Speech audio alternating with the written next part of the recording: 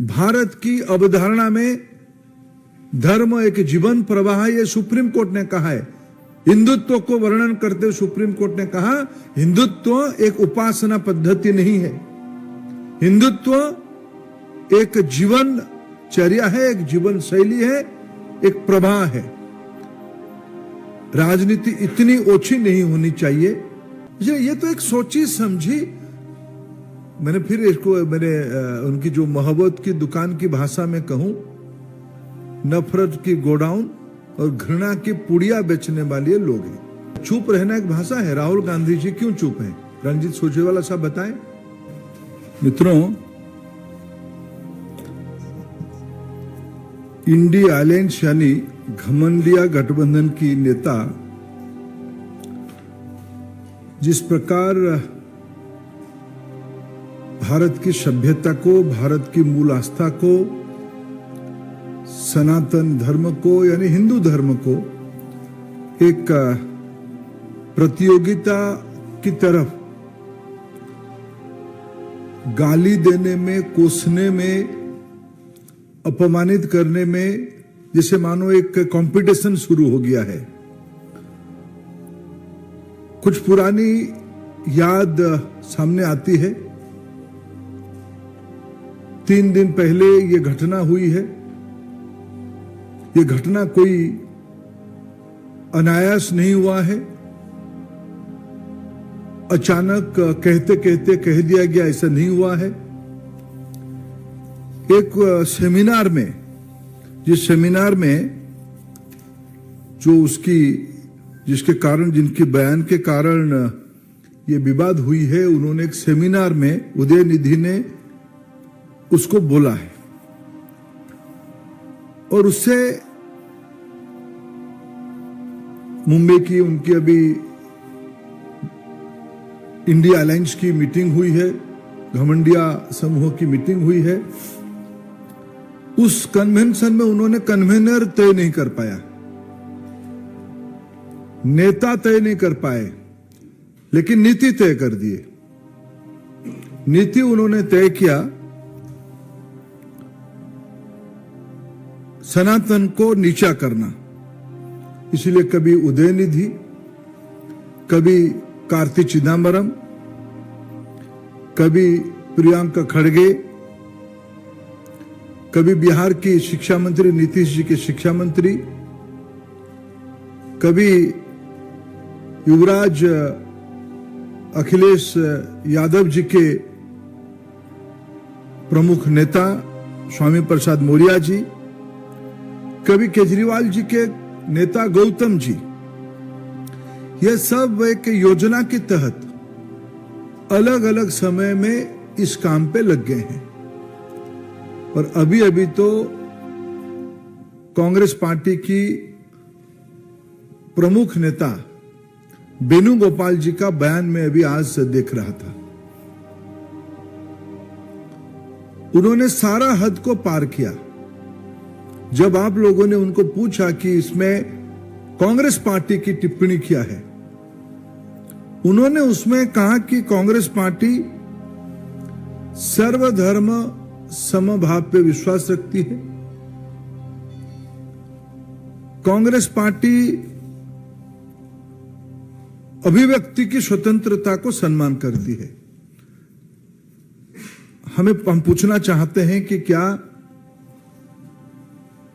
सनातन धर्म को गाली देना, हिंदू धर्म को गाली देना कांग्रेस पार्टी की नीति बनी हुई है? यह घमंडिया गठबंधन की नीति बनी हुई है? भारत में जन्म हुआ सभी पंथ संप्रदाय, सभी उपासना पद्धति, सभी मत सनातन की अंश है। अगर हम भारत की पार्लियामेंट की, लोकसभा की जो घोष वाक्य है, उसमें लिखा गया है धर्म चक्र प्रवर्ताए, यानी धर्म चक्र चलते रहे। यह पार्लियामेंट की घोष वाक्य में लिखा है। भारत की सुप्रीम कोर्ट की घोष वाक्य है, योत धर्म तोत जय, यानी जहां धर्म वहीं जय होगा। यह सब सनातन है। क्या गांधी परिवार को खुश करने के लिए, मैं इसलिए 2014 की बात, 2009 की बात याद करता हूं, 2014 की बात याद करता हूं, और सुप्रीम कोर्ट की हेट स्पीच को याद दिलाता हूं। सुप्रीम कोर्ट ने बड़े स्पष्टता के साथ कहा है, कोई भी नेता समाज में, अभी कहा है कि समाज में तनाव पैदा करने के लिए कोई भी काम ना करे। 2014 की पहले, आप याद करिए, 11, 12, 13 में भगवा आतंकवाद का शब्द लाया गया। किसी ने तो नहीं कहा गुलाबी आतंकवाद, किसी ने तो नहीं कहा कि सबूज आतंकवाद, किसी ने तो नहीं कहा ब्लू आतंकवाद, मैजेंडा आतंकवाद। आपने क्यों कहा था भगवा आतंकवाद? क्यों? आपकी पैर के नीचे जमीन जा चुकी थी, आपको इसके अंदेशा लग गया था। इसलिए समाज में तनाव बढ़ाने के लिए, समाज में विद्वेष बढ़े, आपने जानबूझ के एक नैरेटिव सेट किया। हम लोग कोई ना भूले, विदेश में जाके ये बात कही गई थी कि हिंदुत्व को डिसमेंटल करने की वर्कशॉप की जाती, उसकी पुनरावृत्ति अभी हो रही है।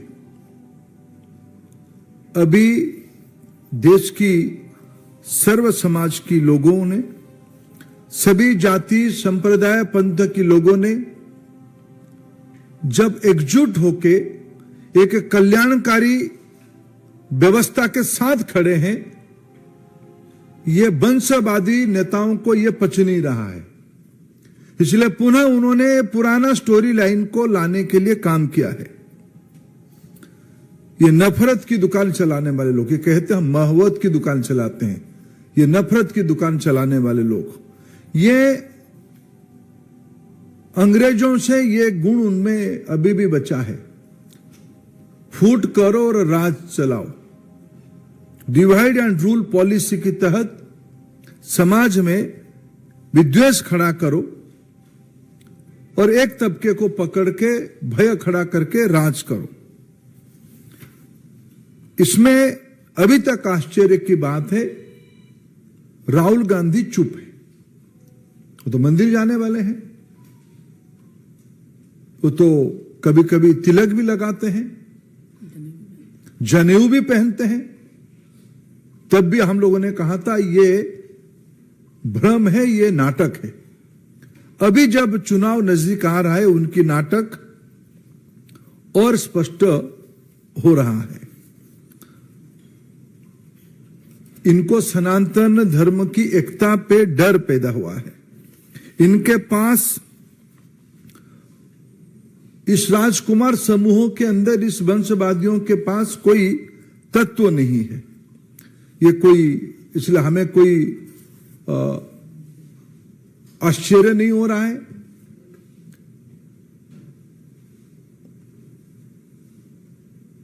वही लोग जो समाज को बांटना चाहते हैं, वो फिर उसी काम पे लग गए हैं। हम आज के अवसर पे यह पूछना चाहते हैं, राहुल गांधी क्यों नहीं सामने आ रहे? छोटे छोटे बातों में तो आने वाले लोग हैं। 3 दिन हो गया, भारत की अस्मिता, भारत की मूल विचारधारा, भारतीयता पे आक्रमण हो रहा है।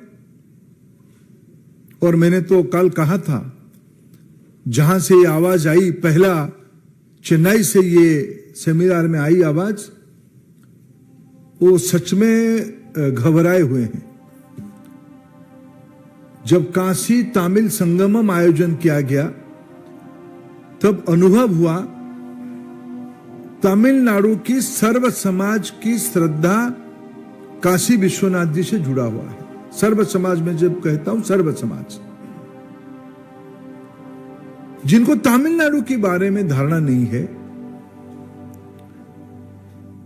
वो राजनीतिक उद्देश्य से इस प्रकार की बयानबाजी कर रहे हैं, जिसमें उनकी नेता राहुल गांधी चुप हैं। केजरीवाल जी क्यों चुप हैं? अभी तक तो उनके बयान आ जाने चाहिए। नीतीश कुमार जी क्यों चुप है? तेजस्वी यादव साहब का क्या कहना है इस विषय पे? उनके भाई तो बंशी लेके घूमने वाले हैं, वो क्यों चुप हैं? अखिलेश जी क्यों चुप हैं इस विषय में? ममता जी तो दुर्गा पूजा को लेके इतना अभिमान करने वाले हैं, हमें भी अच्छा लगता है, भले ही टीका ना लगाए, लेकिन वो चुप क्यों है? शरद राव जी जिस शहर में रहते हैं, उस शहर देश में गणपति उत्सव के लिए नए आयाम जोड़ने के लिए विख्यात है। शरद पवार जी, श्रद्धा से उनको, शरद राव जी बड़े लोग, बड़े आदमी हैं, मेरा भी श्रद्धा है व्यक्तिगत रूप में, लेकिन वो चुप क्यों है? क्या आपको सियासत इतना मजबूर कर दिया है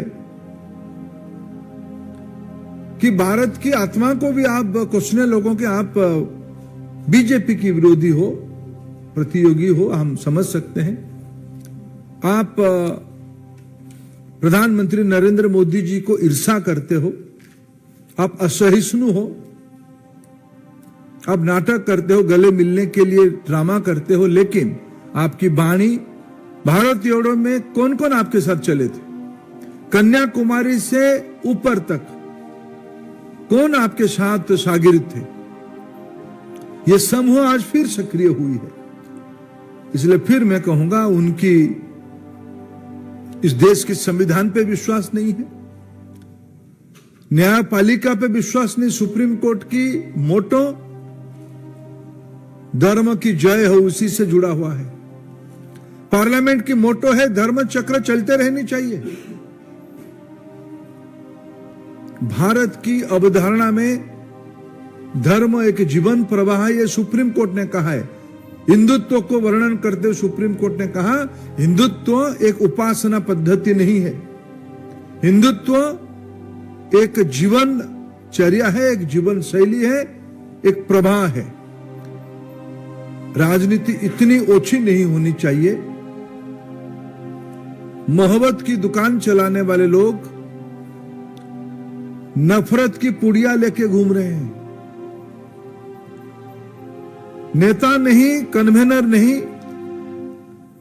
लेकिन नीति बन गया हिंदुत्व को गाली दें।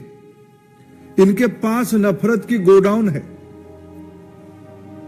उससे पुड़िया लाके लेके वो देश में डिस्ट्रीब्यूशन कर रहे हैं।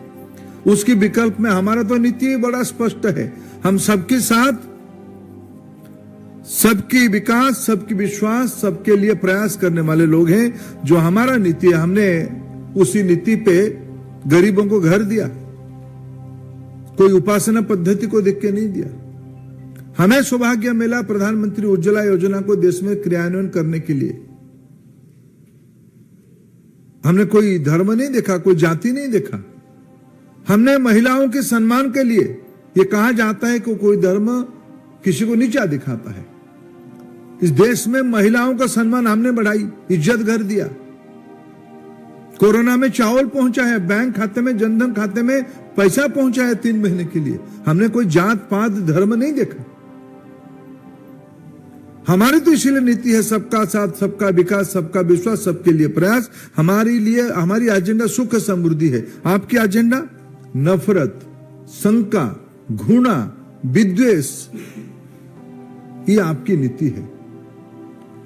भारतीय जनता पार्टी ये अपेक्षा रखती है और हम मांग करते हैं, ये इंडिया अलायंस वाले, घमंडिया गठबंधन वाले इसकी स्पष्टता करें। विशेष करके कांग्रेस पार्टी, ये नहीं चल सकता है ये कह के कि किसी का ये व्यक्ति अभिव्यक्ति का स्वतंत्रता है। क्या हिंदुत्व को गाली देना अभिव्यक्ति में आपका ये स्वतंत्रता का इंटरप्रिटेशन है? भारत के बहुसंख्यक समाज की को आहत करना, यह आपका अभिव्यक्ति की स्वतंत्रता की परिभाषा है? कांग्रेस पार्टी इस बयान को खंडन करने के बजाय महिमा मंडन कर रही, ये चिंता के विषय। हम उसको कठोर से कठोर शब्दों में निंदा करते हैं। आपने उसकी खुद ही आंसर दिया। भारतीय जीवन प्रभाव उदारता और व्यापकता को ही सम्मान करती है, डेमोक्रेटिक है, प्रोग्रेसिव है, साइंटिफिक है। आलोचना में हमारी निंदा नहीं है, असहमति नहीं है, लेकिन घृणा पैदा करना, विद्वेष पैदा करना, राजनीति से प्रेरित होकर करना, माइनॉरिटीज़म खड़ा करके डर पैदा कराना, इसमें हमारी आपत्ति है। हम समाज में विद्वेष नहीं चाहते हैं, हम चाहते हैं सबकी विकास हो। देखिए, जिनके पास मुद्दा नहीं रहता है, हमने कहा ना, पीढ़ी दर पीढ़ी इनके हाथ में देश की बागडोर रहा। राज्यों में, विभिन्न राज्यों में इस वंशवादियों के पास लंबे समय तक मौका रहा। क्यों नहीं कर पाए सेवा? क्यों इतने गरीबों की कल्याण नहीं हुई थी? क्यों इतने लोगों के घर में बिजली नहीं पहुंची थी? क्यों पीने की शुद्ध पीने की पानी नहीं पहुंची थी? क्यों इज्जत घर यानी शौचालय नहीं बनी थी? क्यों स्वच्छ ईंधन नहीं पहुंची थी? क्यों बैंक खाते नहीं खुले थे? क्यों स्वास्थ्य की चिंता नहीं की गई थी? ये तो बुनियादी चिंता है। जो लोग ये सब नहीं कर पाए थे, सच्चर कमेटी कौन बिठाया था? इन्हीं लोगों की समय में बिठा था। सच्चर कमेटी क्या दर्शाया था? सच्चर कमेटी तो कुछ विषय को तो सामने लाया था। समाधान में हमारी एक अलग भिन्न मत थी। तुष्टिकरण से समाधान नहीं होती है, सैचुरेशन से समाधान होती है। इसलिए प्रधानमंत्री मोदी जी की पद्धति रही है सबके लिए। कुछ लोगों को देख के कुछ लोगों के मन में अनास्था प्रकट करना, यह हमारी नीति नहीं रही। सबका साथ, हमने इंटीग्रेशन की बात कही। वो लोग घबराए हुए हैं, राजनीति उनको सता रही है, इसलिए स्वाभाविक कि आपके प्रश्न में सही है। अभिव्यक्ति की स्वतंत्रता यह संवैधानिक विषय है। हमारे संविधान में कहा गया है कि सभी को सम्मान करना पड़ेगा। मैं आपको सम्मान करूं ना करूं, आपको गाली देने की मेरे को कौन अधिकार दिया? और मैं तो प्रश्न पूछूंगा ही ना। राम सेतु को आपने विरोध किया था, राम मंदिर के अस्तित्व पे आपने प्रश्न उठाया था। सुप्रीम कोर्ट ने कहा राम मंदिर वही होनी चाहिए। जन आंदोलन हुआ, यह उपलब्धि है, लेकिन सुप्रीम कोर्ट ने कहा। आप बात बात पे कहते हो संविधान के खिलाफ लोग हैं। कौन संविधान के खिलाफ? आप तो संविधान विरोधी हो। सुप्रीम कोर्ट ने कहा है कि हिंदू एक उपासना पद्धति नहीं है, हिंदुत्व एक जीवन शैली है। आपको कौन अधिकार दिया है उसको गाली देने के लिए? हेट स्पीच के बारे में सुप्रीम कोर्ट ने क्या कहा है? आप ऐसा कुछ ना करो, समाज में तनाव खड़ा कर रहे हो, तो कोई काम कर रहे हो। विषय बीजेपी का नहीं है, विषय देश की अस्मिता की है, भारतीयता की है। आप समाज में जब आपको मूल विषय में आपको बताऊं, सच में इनके मन में पीड़ा है कि विश्व भर के नेता आके प्रधानमंत्री जी का प्रशंसा करेंगे, पूछेंगे डिजिटल इकोनॉमी में आप इतने गरीबों को कैसे पैसा पहुंचा रहे हो, आपकी यूपीआई कैसे सफल हो रहा है, आपने इतने घरों में चावल कैसे पहुंचाने के लिए रचना पीढ़ी सिस्टम को लगाया डिजिटली, आप इतने वैक्सीन कैसे लगाए, 225 करोड़ वैक्सीन बनाया, लगाया, बूस्टर डोज भी लगाया, 25 बिलियन की मेडिसिन हमने एक्सपोर्ट किया। कैसे किया? आज दुनिया में डिजिटल ट्रांजैक्शन 100 रुपया होता है तो 46 रुपया 46 रुपया भारत में होती है। ये विश्व की ग्लोबल बेंचमार्क बन चुकी है, मॉडल बन चुकी है। उनके मन में कुंठा है, ये सब आज चर्चा होगी। देश में आदृत हो रहा है, नई पीढ़ी उसमें से जुड़ रहा है। ये सब कैसे हो रहा है? हम कैसे नहीं कर पा रहे हैं? जागीर तो हमारे पास था। ये सामान्य घर की व्यक्ति ऐसे कैसे आके काम कर रहा है? कैसे? कौन है ये मोदी? ये जो सामंतवादी मनोवृत्ति है ना, असहिष्णुता है, कुंठा है, ये उसकी प्रतिफलन है। देखिए, उनके घर में मैं तो आज एक विषय आपको याद दिलाऊं। अगर उदय निधि नाम क्या है, उदय निधि, अगर अपनी मां को पूछ लेते कि मां मैं ये कहने जा रहा हूं, मां को मैं मेरा बड़ा आदर करता हूं, आदरणीय स्टालिन जी की धर्मपत्नी को, नाम है दुर्गा जी, रोज शक्ति का दर्शन करते हैं। ये भारतीयता है। अगर थोड़ा बहुत पूछ लेते ना, दंगा 2014 के बाद भारत में नहीं के बराबर है। आज भाईचारा की सरकार है, विकास की सरकार है, सौहार्द की सरकार है। ये सब भी, ये सारे में आज भारत 5 नंबर की अर्थनीति बन गई। पीड़ा उस विषय की है। देखो, भारतीय जनता पार्टी सर्व समाज, सर्वस्पर्शी और सभी को साथ लेके चलना चाहता है। आज जो बीजेपी की जनाधार बना है, जो 2014 में प्रधानमंत्री जी पहला भाषण में पार्लियामेंट की सेंट्रल हॉल में कहा था, मेरे सरकार देश की गरीब, महिला, वंचित, अनुसूचित जाति, जनजाति के प्रति समर्पित रहेगा। पिछले 9 सालों में उसमें हमने काम किया है। घर में उजाला लाए हैं, घर बनाई है, पानी पहुंचाया है, शौचालय बनाया है, स्वास्थ्य की चिंता किया है, रोजगार बढ़ाया है। इस साल बजट में 10 लाख करोड़ रुपया की कैपेक्स इंप्लीमेंट हो रहा है, रोजगार बढ़ रही है। भारत दुनिया की स्किल हब बन रहा है। इसमें हम विश्वास करते हैं। भारत की कुछ सहजता रहेगी, लेकिन हमारे विश्वास है विकास के साथ, एस्पिरेशन के साथ लोग जुड़ेंगे। चुप रहना एक भाषा है। राहुल गांधी जी क्यों चुप हैं? रंजीत सुरजेवाला साहब बताएं। अभी मैं कार्तिक चिदम्बरम जी, उनकी तो भाषा की कोई इश्यू नहीं है। उन्होंने क्या कहा है, मैं अगर पढ़ूं थोड़ा 2 मिनट मेरे को, जो कार्तिक चिदम्बरम जी की जो बयान आई है उसको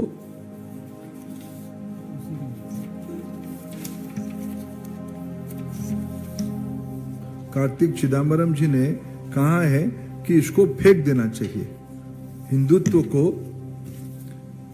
सनातन धर्म को छोड़ देनी चाहिए। यह भाषा का विषय नहीं है। आपके मन में घोर कुंठा है, आप असहिष्णु हो, आप अगणतांत्रिक हो, आप जिन्होंने मत दिया है मोदी जी के साथ, आप उनकी विरोधी हो, आप लोक विरोधी हो। विषय भाषा का नहीं है। और ये कोई ऑफ कफ स्टेटमेंट नहीं था, ये सोची समझी स्टेटमेंट था। देखिए, उनकी नीति, मैंने कहा 2009 की एक स्टेटमेंट में आपको, मैं इतना पुराना बात नहीं उठाना चाहता, लेकिन आपने कहा तो 2009 की मैंने राहुल गांधी जी की एक विदेश में, फिर यही नहीं, विदेश में मैंने एक स्टेटमेंट देख रहा था। 2016-17 में अमेरिका में जाके एक स्टेटमेंट दिए। आए दिन जब विदेश जाते हैं वहां उनको हिंदुत्व डिसमेंटल करना, भगवा आतंकवाद के बारे में वर्णन करना। कभी उन्होंने पिंक रिवॉल्यूशन के बारे में कहा है क्या? कभी उन्होंने ब्लू रिवॉल्यूशन के बारे में कहा है क्या? ब्लू आतंकवाद के बारे में कहा है क्या? पिंक आतंकवाद के बारे में कहा है क्या? भगवा क्यों? ये तो एक सोची समझी, मैंने फिर इसको उनकी जो मोहब्बत की दुकान की भाषा में कहूं, नफरत की गोडाउन और घृणा की पुड़िया बेचने वाले लोग हैं।